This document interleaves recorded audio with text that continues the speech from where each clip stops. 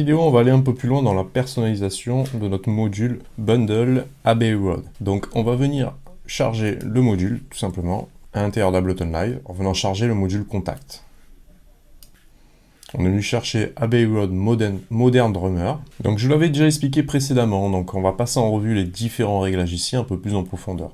Donc le tunage qui va nous permettre donc de régler le pitch du son qu'on a sélectionné. Retenez que c'est un peu comme un enregistrement d'une batterie et il va avoir des micros qui sont placés sur chacun de ces éléments.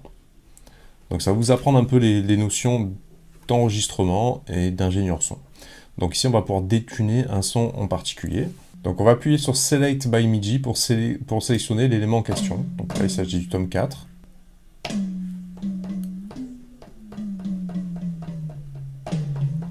Je peux venir régler l'attaque de l'élément en question. Donc vous voyez que ça coupe les premiers transients de l'onde sonore. Ça va fermer un petit peu l'attaque. Ça, il s'agit de la tenue. Vous voyez que c'est très sec. Et là, vous avez quelque chose qui tient dans le temps. Et le relâchement, la chute.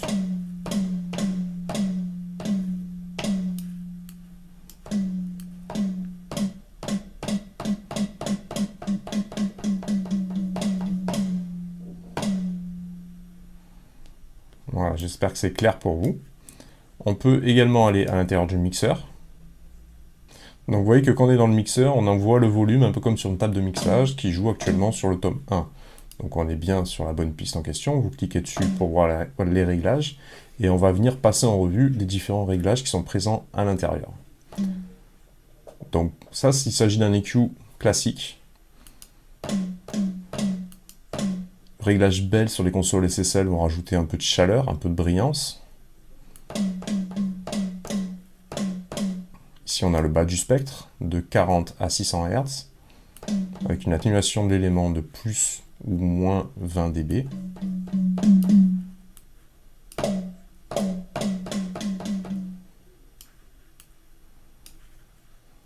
Bas du spectre, les bas, les hauts du spectre et les très aigus.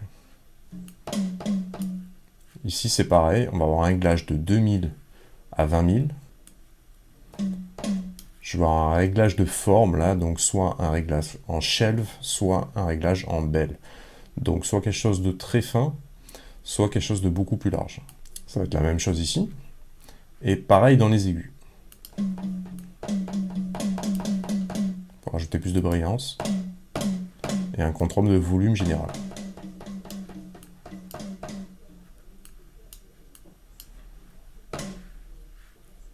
Ici on peut avoir un réglage de panoramique.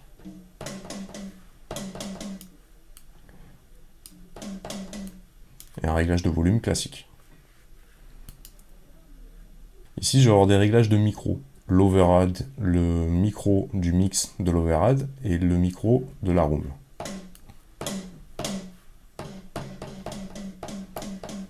Voilà, c'est ce qui se passe au-dessus. Et là, bien souvent, c'est des réglages à l'intérieur.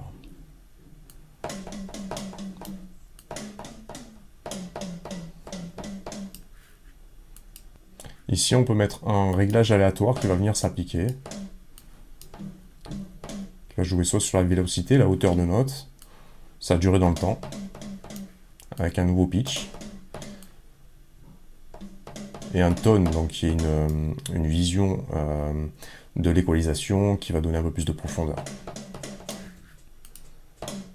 Alors, on va pouvoir appliquer des grooves, encore une fois.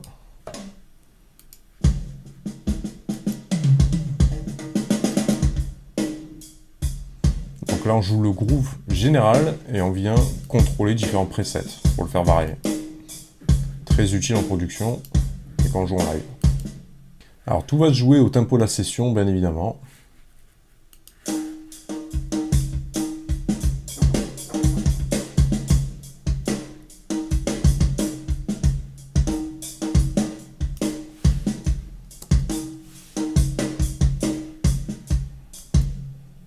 Alors en bas, on voit qu'on peut modifier encore une fois le tempo, même si ça se règle à la session de votre séquenceur haute.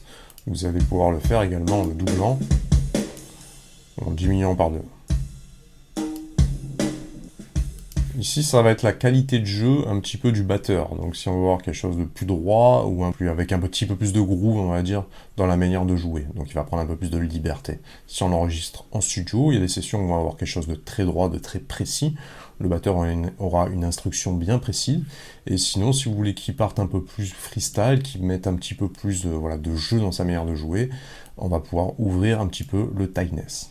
Ici, vous avez le choix du swing, donc voilà, du décalage un petit peu dans le temps, encore une fois, jouer un petit peu moins droit, qui est complémentaire au tightness, et le choix de la grille qu'il va falloir définir, voilà, pour être en accord. On va rester sur 1/8 actuellement. La vélocité, ça va être la hauteur de la note, donc la puissance de jeu. On pourra faire une montée grâce au facteur vélocité, par exemple, pour jouer de plus en plus fort. Si vous êtes sur Macintosh, si vous appuyez sur commande, voilà, ça va être contrôle sur le PC. Si vous voulez remettre un réglage à 0, vous appuyez dessus et vous cliquez sur l'élément en question. Tac. Ça peut être utile lorsqu'on fait pas mal de réglages pour pouvoir s'y retrouver.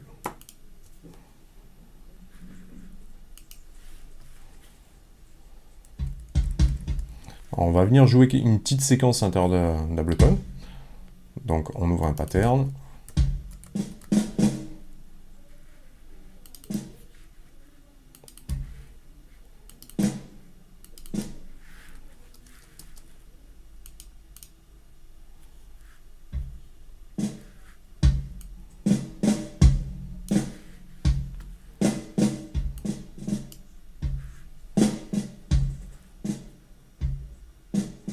Si on veut venir appliquer le groove que je vous ai montré tout à l'heure, on va venir en sélectionner un.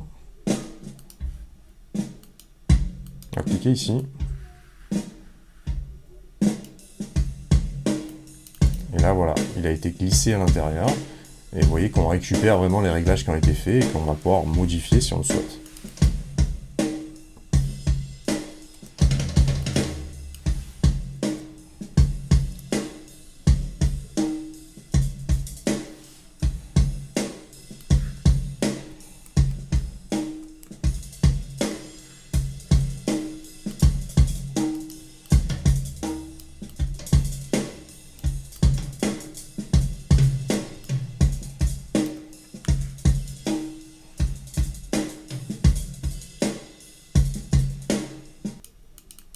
Donc c'est ça qui est vraiment très efficace dans Kontakt, c'est qu'encore une fois, vous pouvez récupérer, vous inspirer de chacun des éléments pour faire des évolutions dans votre jeu.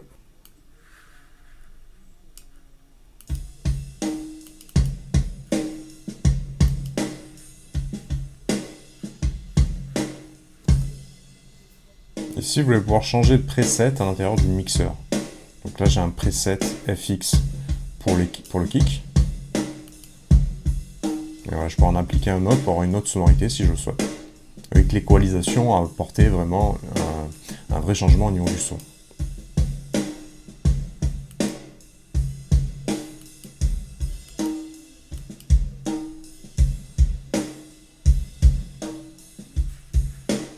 Ici, on va venir voir les micros qui sont placés dessus.